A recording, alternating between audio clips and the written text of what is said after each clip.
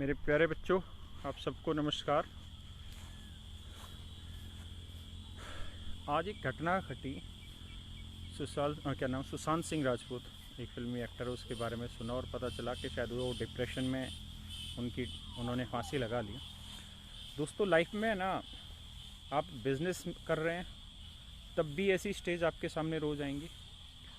आप अगर क्रिकेटर हैं तब भी आएगी, कोई भी स्पोर्ट्स पर्सन है तब भी आएगी, आप स्टूडेंट है तब भी ऐसी चीज़ें आती रहेंगी लाइफ में। ऐसा कभी नहीं होगा कि आपके सामने जीवन में सिर्फ खुशी ही खुशी चलती चली जाए। बहुत दुख आएंगे और हर एक आदमी के जीवन में दुख आता है। मेरा लाइव आने का मोटिव सिर्फ इतना है कि अभी जो ये कोरोना काल चलने लग रहा है, बहुत सारे स्टूडेंट डिप्रेशन में होंगे, बहुत सारे टीचर कम्युनिटी डिप्रेशन में है, बहुत सारे लोग डिप्रेशन में। शायद हमारी बात सुन के उस पॉइंट को समझ पाए कि देखो यार, आप कितना भी पैसा कमा लें, आप हमेशा अपनी औकात को ऊपर मत ले जाइए। अपने खर्चों को इतना मत बढ़ाइए कि आपको बाद में उसके बारे में सोचना पड़े। अपने खर्चे लिमिटेड रखिए, ठीक है। अपने शरीर पे ध्यान देते रहिए। और ऐसा नहीं है कि कोई आज के टाइम में अगर हम सोचें ना कि भाई सलमान खान को कोई दुख नहीं होगा, अमिताभ बच्चन को कोई दुख नहीं होगा, अंबानी को कोई दुख नहीं होगा, सबको बहुत सारे दुख हैं। हमें उस चीज़ का पता नहीं चलता। अगर ऐसा होता ना तो संतुष्टि प्राप्त हो चुकी होती हर व्यक्ति को जो इस लेवल पे पहुंच चुका है। लेकिन किसी को संतुष्टि प्राप्त नहीं होती। जीवन संघर्ष का काम है। बहुत सारे लोग संघर्ष कर रहे होते हैं, बहुत लोगों की दिशा कुछ और होती है। देखिए, ये जो डिप्रेशन वाली बीमारी है, इससे बचने के 2-3 उपाय हैं जो मुझ जैसे आदमी को जो थोड़ा बहुत समझ आता है। और ऐसा मत सोचिएगा कि दुख हमारे जीवन में नहीं है। मैं आपको छोटी सी कहानी बताता हूँ अपनी कोचिंग इंडस्ट्री की ही। जो 2019 का साल गया, वो कोचिंग इंडस्ट्री के लिए बहुत गंदा गया। क्यों गंदा गया? क्योंकि 2019 में एक तो 2019 ख़त्म होते होते ये जो दंगे वंगे हुए, इसके चक्कर में कोचिंगें बंद रही 15 दिन। हर एक कोचिंग इंस्टीट्यूट ने किराया दिया। जितने भी मुखर्जी नगर में कोचिंग हैं, सबका 40-50 लाख रुपए महीने का किराया जाता है। 15 दिन का फ्री फोकट में किराया चला गया। बिना किसी आदेश के पुलिस ने ठाके कोचिंगें बंद करवा दी। उससे पहले सीलिंग को लेके आए दिन ड्रामे चलते रहे। दुनिया भर के लोगों को हफ्ता जाने लग गया। कोचिंग इंडस्ट्री वैसे बर्बाद रही। दूसरी चीज़, जैसे हम अपनी लेके चलते हैं, देखो, सरकार अपनी तरफ से बिना सोचे समझे बहुत सारे ऐसे डिसीजन ले लेती है जिसका ग्राउंड पे कोई अर्थ नहीं होता। अब बताइए, 18% GST लगा रखी है कोचिंग इंडस्ट्री पे। 18% एक बिजनेस की बचत होती है। आदमी सब कुछ इन्वेस्ट करके ये सोचता है कि जो पैसा आ रहा है उसमें 18-20% उसकी बचत हो, और जो बचत होती है उसको सरकार ले लेती है 18-20%। और जब बिजनेसमैन को दुख होता है, दिक्कत आती है, तो सरकार रुपए की मदद नहीं करती वहाँ पे किसी की भी। और इसके अलावा उम्मीद भी हम लोगों से ही करती है कि हम डोनेट भी करें। और हम लोग प्रधानमंत्री राहत कोष में भी डोनेट करते हैं। 6-6 लाख रुपए, 7-7 लाख रुपए अलग से डोनेट करते हैं। और ये हरामी ऐसे हैं कि उसका हिसाब तक भी हमको नहीं देते हैं, ठीक है। मजदूरों के साथ क्या हुआ हम बहुत अच्छी तरीके से जान रहे हैं। ना तो हम कोई बीजेपी के समर्थक हैं, ना हम किसी आम आदमी पार्टी के समर्थक हैं। हमें तो जिनमें कमी दिखती है वो बोलते हैं। लेकिन कुछ चमचे हो जाते हैं और कुछ अंधभक्त ऐसे हो जाते हैं कि बात की गहराई को समझ ही नहीं पाते। हम किसी के भक्त नहीं है आज के समय में, ठीक है। अब मैं आपको ये बता रहा था कि दुख किस चीज़ में नहीं है। हम अपनी इंडस्ट्री को लेके चलते हैं। हर एक कोचिंग इंस्टीट्यूट में रेड पड़ी थी। हर आदमी कोई भी बिजनेस कर रहा होता है तो सबसे पहले वो ये देखता है कि हम अपने खर्चे तो निकाल दें कम से कम। कर्जे में तो कोई काम धंधा ना चलाए आदमी। मैं अपनी नहीं, सभी की बात कर रहा हूँ। हर आदमी इसी तरीके से काम करता है। अरुण जेटली जी जो ऊपर चले गए बहुत जल्दी से, और थोड़ा और जल्दी उनको जाना चाहिए था, उन्होंने उठा के 18% GST लगा दी कोचिंग इंडस्ट्री पे। और उसका असर ये हुआ कि सारी कोचिंग इंडस्ट्री डैमेज हो गई। सारी की सारी कोचिंग इंडस्ट्री उसकी वजह से दब गई। GST की रेडें पड़ी, 1-1 करोड़ रुपए में वो रेडें सुलझी हैं लोगों की। करें क्या? टीचर कम्युनिटी कोचिंग इंडस्ट्री में आप अगर नहीं झुकोगे, नहीं मानोगे, रोज़ आपको नोटिस पे नोटिस दे के बुलाते रहेंगे। रोज़ दिक्कतें आनी होती है दोस्त। जीवन किसी का ऐसा नहीं है कि बड़े मज़े से कोई जीने लग रहा है, बहुत मज़े ही मज़े हैं लाइफ में। कुछ ऐसा झंड नहीं है। सबके जीवन में 1000 समस्या है, ठीक है। हर एक शादीशुदा आदमी के जीवन में समस्या है, और वो नेचुरल है, वो हर एक के में रहती है। लेकिन आप मेरी एक बात समझना, मैंने बताया कि अब कोरोना के चक्कर में देखिए पूरी इंडस्ट्री ठप हो गई। ना केवल कोचिंग इंडस्ट्री, बाकी सब कुछ। हमने 18% GST है। मैं अपनी बता रहा हूँ, हम लोगों ने कितना करोड़ों रुपए सरकार को टैक्स के रूप में दिया है। शायद हर महीने 1-1, 1.5 करोड़ रुपए हमने सरकार को टैक्स के रूप में दिया। सरकार ने मेरी क्या मदद कर दी इस टाइम पे? कुछ मदद नहीं करके दी, है ना। कल को कोई बीमारी भी हो गई ना तो साला धक्के खाते रहो, बेड भी नहीं मिलेंगे। सरकार ने किसके लिए क्या किया? सरकार किसी के लिए नहीं करती। लेकिन समस्या ये है कि हम इससे टूट जाएं क्या? नहीं भाई, जीवन एक ही मिला है। इस जीवन में या तो उठ लो, है ना, पॉजिटिव कर लो, आगे बढ़ लो, या फिर इसी तरह से डिप्रेशन में आके मरते चले जाओ।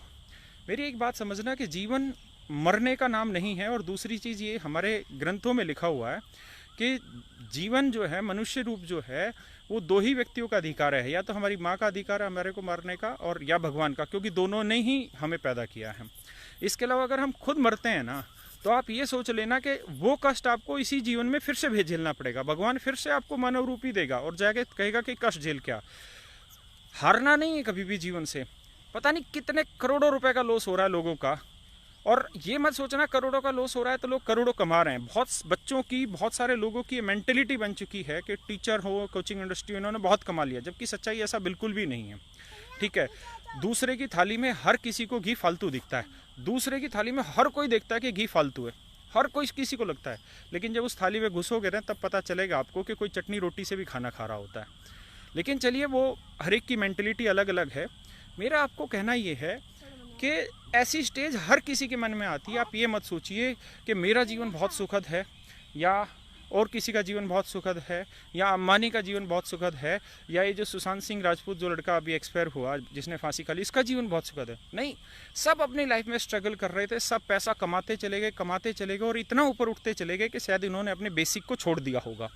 मैंने आपको इस लाइव के शुरुआत में एक बात कही कि अगर आप अपनी औकात से जुड़े हुए, मतलब आपने अपने खर्चे नियंत्रण में करे हुए हैं, तब तो आपका उड़ना अच्छा लगता है। लेकिन उड़ने के साथ साथ आपने अपने खर्चे इतने बढ़ा दिए हैं, या कुछ ऐसी टेंशनें ले बैठे हैं, तो उसमें आपको डिप्रेशन आता है। ठीक है, और हर किसी की स्टेज पे, हर किसी की लाइफ में ये चीज़ें आती हैं। लेकिन इसका मतलब ये कतई भी नहीं है कि आप हिम्मत हार जाएं और अपने जीवन को छोड़ दें। बिल्कुल भी जीवन मत छोड़िए। स्टूडेंट लाइफ में हर किसी के सामने दिक्कत आई है। मैंने तैयारी की, ABCD, किसी ने भी तैयारी की है ना, तो हर एक की लाइफ में एक पॉइंट ऐसा आता है जब आदमी को ये लगता है यार बहुत दिन हो गए बैठे बैठे, अब क्या करें, मन ही नहीं लग रहा यार पढ़ने में, क्या करें। वही एक क्रिटिकल पॉइंट होता है जहाँ से ऊपर वाला देखता है कि यहाँ से ये सिलेक्शन की तरफ जाएगा या ये गवर्नमेंट जॉब पे नहीं लेगा।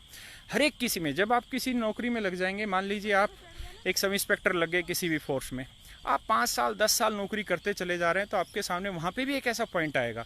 आप IAS लग गए तो वहाँ पे भी आपने नहीं देखा कि बहुत सारे IAS ने आत्महत्या की है। हम लोगों का सबका सपना रहता है, स्टूडेंट जो तैयारी कर रहा होता है कि IAS बने, IAS के बड़े मजे हैं, ये हैं वो है, फिर IAS भी सुसाइड करने लग रहे हैं। यानी सारा जो गेम है ना, वो आपके माइंड का गेम है। इसलिए इसको पॉजिटिव रखिए, सॉलिड रखिए, रोज़ भागते दौड़ते रहिए। ठीक है, भागने दौड़ने से एक तो पसीना निकलेगा, शरीर की हीट निकलेगी, साथ साथ कुछ नेगेटिव एनर्जी भी बाहर निकलती है।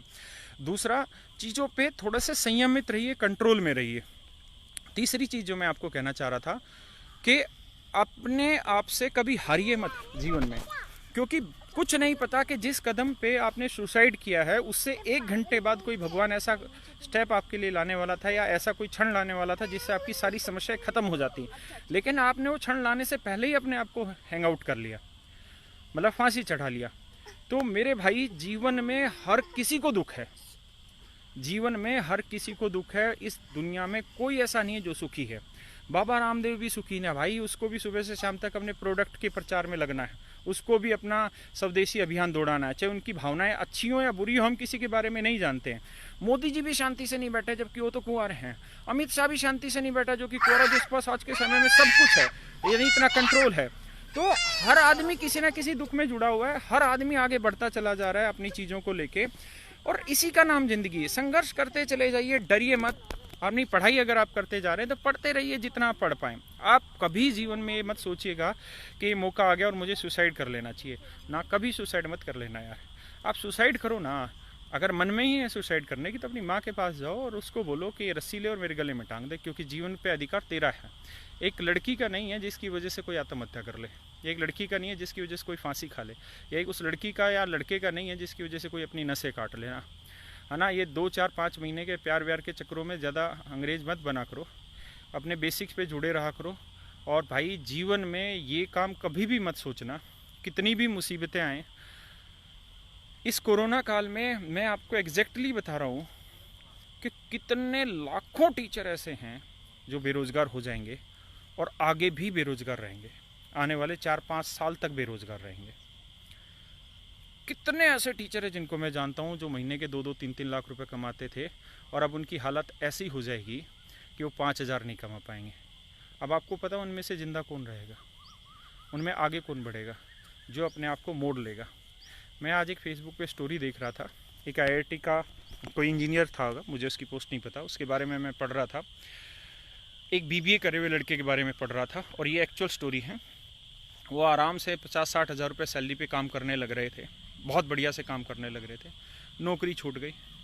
अब उनके पास 2 ऑप्शन है, क्या कि या तो नई नौकरी तलाशें या आत्महत्या कर लें। उस लेवल की नौकरी उनको मिलेगी नहीं, है ना, क्योंकि जिस सैलरी पे, जिस बेसिक पे वो काम करने लग रहे थे इस कोरोना काल में, वो तो पॉसिबल अब आगे है नहीं। तो क्या करें? उन लड़कों ने पता है क्या किया? एक ने सब्जी की रेहड़ी लगाई है, एक ने जो मनरेगा योजना है इसके तहत अपने आप को रजिस्टर्ड किया है और 210 रुपये के लिए भी काम करना चालू किया है। पता है यही लोग जीवित रहेंगे, यही लोग आगे बढ़ेंगे। आज पैसा नहीं है, कोई दिक्कत नहीं, साल भर फिर आएगा ये पैसा। पैसे के पीछे बहुत मत भागिए, ये आज नहीं है कल दोबारा आना, दिक्कत की बात नहीं है। दिक्कत उन गधों को आएगी, है ना, उन स्टूडेंट को आएगी, उन बिजनेसमैनों को आएगी, उन ओनर्स को आएगी। किन को आएगी? उन लोगों को आएगी जो 5-5, 10-10 लाख, करोड़ों रुपए कमाते थे और आज वो घर पे खाली बैठ गए, इस उम्मीद में कि हम तो करोड़ों कमाएंगे तभी कमाएंगे, वरना नहीं। भाई कम मिले कम खा लो, ज़्यादा मिले ज़्यादा खा लो, है जैसा आए जितना कमाओ उतने के हिसाब से आगे जी लो। ज़रूरी है बहुत ज़्यादा हवा में उड़ना? ज़रूरी